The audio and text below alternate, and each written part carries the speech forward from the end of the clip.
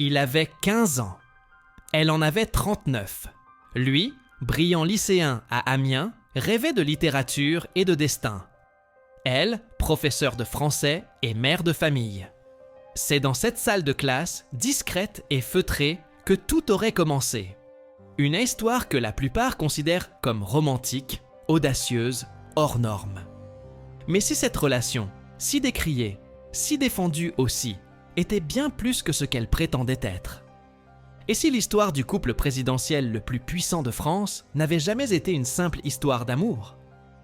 Si, derrière l'image publique, il existait un pacte bien plus ancien, plus profond, plus stratégique. Ce que vous allez entendre à la fin pourrait bien remettre en question tout ce que vous pensiez savoir sur eux. Dès les premiers temps, la relation entre Emmanuel et Brigitte a suscité le malaise. Familles inquiètes, rumeurs en ville, silence pesant dans les couloirs du lycée.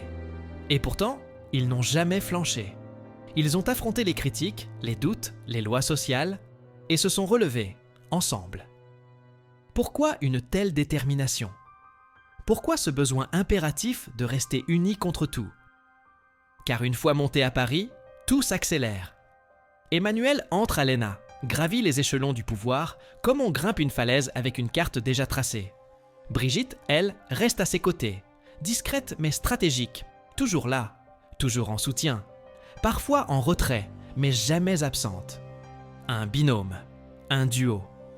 Et surtout, un accord tacite. On raconte que Brigitte l'aurait toujours poussé, toujours cru en son ascension.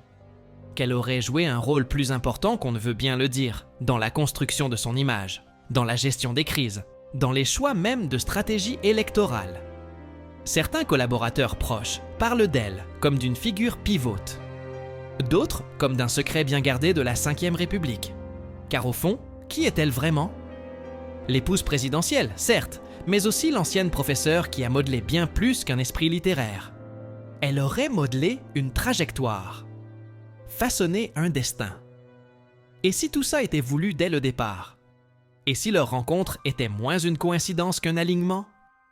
Si Emmanuel Macron avait toujours su qu'il lui faudrait quelqu'un comme elle à ses côtés pour avancer, résister, gravir, la communication de l'Élysée, maîtrisée au millimètre, ne laisse rien filtrer. Les interviews sont rares, les confidences presque inexistantes. Et quand Brigitte parle, c'est toujours avec mesure, élégance, retenue. Mais les silences en disent de parfois plus long que les mots. Plusieurs journalistes ont tenté de remonter les premières années de leur relation. Beaucoup se sont heurtés à des zones floues, des témoignages contradictoires, des refus d'archives et des regards fuyants, comme si quelque chose devait rester caché, protégé. Mais de quoi? Et pourquoi? Il ne s'agit pas ici d'un scandale, ni d'une théorie du complot.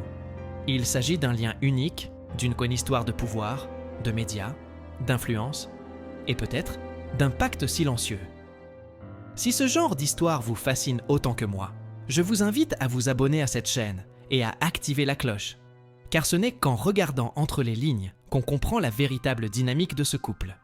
Là où certains voient de l'amour, d'autres perçoivent une stratégie.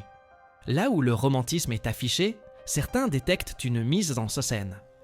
Et si ce couple présidentiel était avant tout une alliance, un contrat mutuel pour survivre au sommet, pour conquérir le pouvoir sans jamais flancher?